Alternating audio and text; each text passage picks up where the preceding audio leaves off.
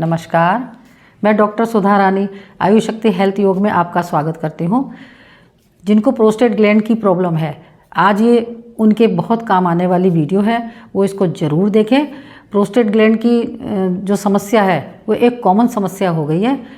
पहले तो ये अधिकतर 50 से 60 साल की उम्र में दिखाई देती थी, लेकिन आजकल चूँकि हमारा थोड़ा लाइफस्टाइल गड़बड़ हो गया है तो 30-40 साल की उम्र में भी प्रोस्टेट की समस्या आनी शुरू हो गई है।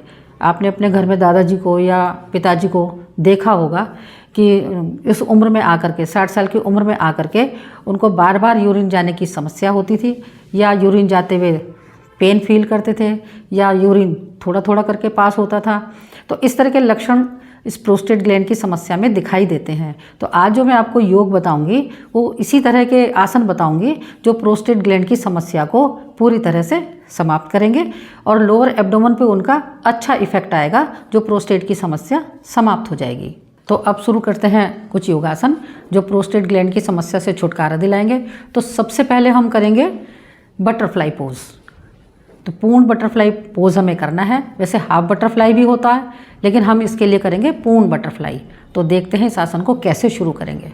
तो इसके लिए हम अपने दोनों पैरों के पंजों को मिलाएंगे और पीछे जितना ज़्यादा से ज़्यादा पीछे ले जा सकते हैं उतना ले जाएंगे, और अपने दोनों थाई को हमें जैसे बटरफ्लाई उड़ती है इस तरह से हमें अपने थाई को ऊपर नीचे अप डाउन करना है। तो जब हम इस तरह से करते हैं तो जो प्रोस्टेट की प्रॉब्लम है उसमें बहुत आराम मिलना शुरू हो जाता है, क्योंकि जो लोअर एब्डोमेन की मसल्स हैं ये उनके ऊपर विशेष काम करती है।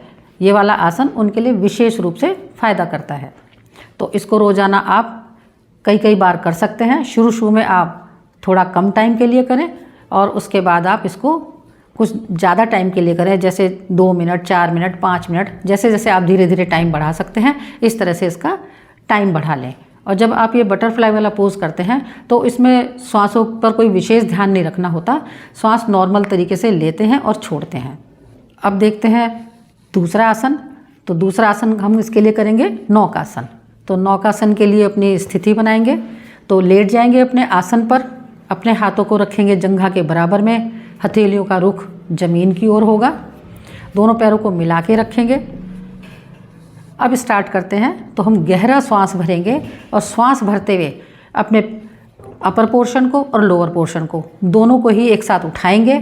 अब पूरा भार हमारा हिप के ऊपर और लोअर एब्डोमेन पर आएगा।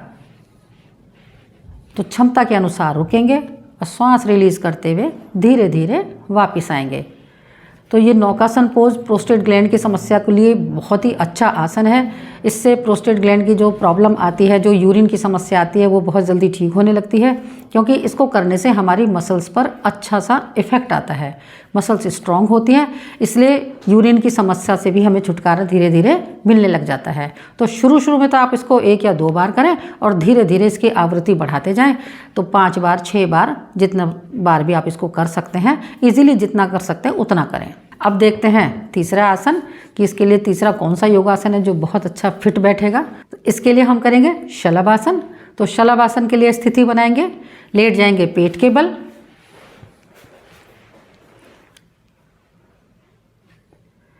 अपने हाथों को रखेंगे जंघा के नीचे, पैरों को मिलाएंगे और ठोडी रहेगी जमीन पर, चिन्ह बिल्कुल जमीन पर रखेंगे। और इसमें हमें पहले एक पैर से करना है और उसके बाद दोनों पैरों से करना है। तो गहरा श्वास भरेंगे और श्वास भरते हुए राइट लेग उठाएंगे 30 डिग्री तक और पंजा बाहर की ओर खींचा रहेगा। क्षमता के अनुसार रुकेंगे और श्वास रिलीज करते हुए धीरे धीरे वापस आएंगे। इसी तरह से दूसरे पैर से करेंगे, गहरा श्वास भरेंगे, श्वास भरते हुए अपने लेफ्ट लेग को उठाएंगे, पंजा बाहर की ओर खींचा रहेगा, सांस रिलीज करते हुए धीरे धीरे वापस आएंगे। अभी हमने ये एक पैर से किया, अब हम इसको दोनों पैरों से करेंगे और इसमें हमें 30 डिग्री तक नहीं उठाना है, जितना हम ऊंचा उठा सकते हैं उतना उठाने की कोशिश करेंगे। तो गहरा श्वास भरेंगे और श्वास भरते हुए अपने दोनों पैरों को एक साथ उठाएंगे। कोशिश करेंगे जितना आप ज़्यादा से ज़्यादा उठा सकते हो, क्योंकि फर्स्ट टाइम में तो जब आप स्टार्ट करेंगे तो धीरे धीरे कम उठा पाएंगे। श्वास रिलीज़ करते हुए धीरे धीरे वापस आएंगे। मैंने तो शुरू में तो हम इसको जितना आप उठा सकते हैं उतना उठाने की कोशिश करें, लेकिन धीरे धीरे कोशिश करें कि इसको आप जितना ज़्यादा से ज़्यादा ऊंचा उठा सकते हैं, पैरों को दोनों को मिला करके जब हम पैर उठाते हैं तो उनका लोअर एब्डोमेन पर बहुत अच्छा इफेक्ट आता है, वहाँ की मसल्स स्ट्रांग होती हैं। इसलिए ट्राई करें कि आप इनको ज़्यादा से ज़्यादा ऊपर उठा सकें। अभी आपने देखा कि प्रोस्टेट के लिए हमने 3 आसन किए हैं और तीनों आसन बिल्कुल उम्दा आसन है। अब मैं आपको एक छोटी सी क्रिया बताऊँगी। ये क्रिया भी बहुत आसान है, इसको कहते हैं अश्वनी क्रिया। तो अश्वनी क्रिया में हमें अपने लोअर जो एब्डोमेन वाला पार्ट है उस पार्ट को टाइट करना है और ढीला छोड़ देना है। जो हमारा एनल वाला पार्ट है और लोअर एब्डोमेन का नीचे वाला पार्ट है उस पार्ट को हमें टाइट करना है और ढीला छोड़ देना है।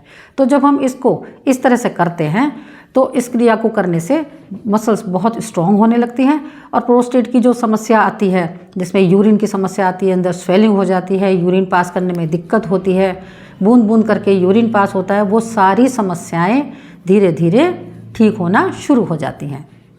इसके अलावा जब आपको प्रोस्टेट की प्रॉब्लम आए तो अपने रूटीन में आंवले का प्रयोग ज़रूर करें। अगर सर्दियों का मौसम है और आपको गाजर या चुकंदर मिल रही है तो आप गाजर, चुकंदर और आंवले का जूस बना करके रोज़ाना पिएं। ये प्रोस्टेट ग्लैंड की समस्या को बहुत जल्दी समाप्त करता है। और जब सर्दियां नहीं हैं और गर्मियों का मौसम है तो आप नारियल पानी पी सकते हैं, और नारियल पानी भी आप ऐसा पिएं जिसमें थोड़ी थोड़ी मलाई हो। तो जब आप ऐसा नारियल पानी पिएंगे तो ये हमारे प्रोस्टेट ग्लैंड की समस्या को बहुत जल्दी समाप्त करना शुरू कर देता है। तो आज की जानकारी यहीं तक। मुझे उम्मीद है मेरी जानकारी आपको पसंद आई होगी। मेरी जानकारी आपको पसंद आई हो तो मेरी वीडियो को लाइक करें, शेयर करें और मेरे चैनल को सब्सक्राइब जरूर करें। नमस्कार, धन्यवाद।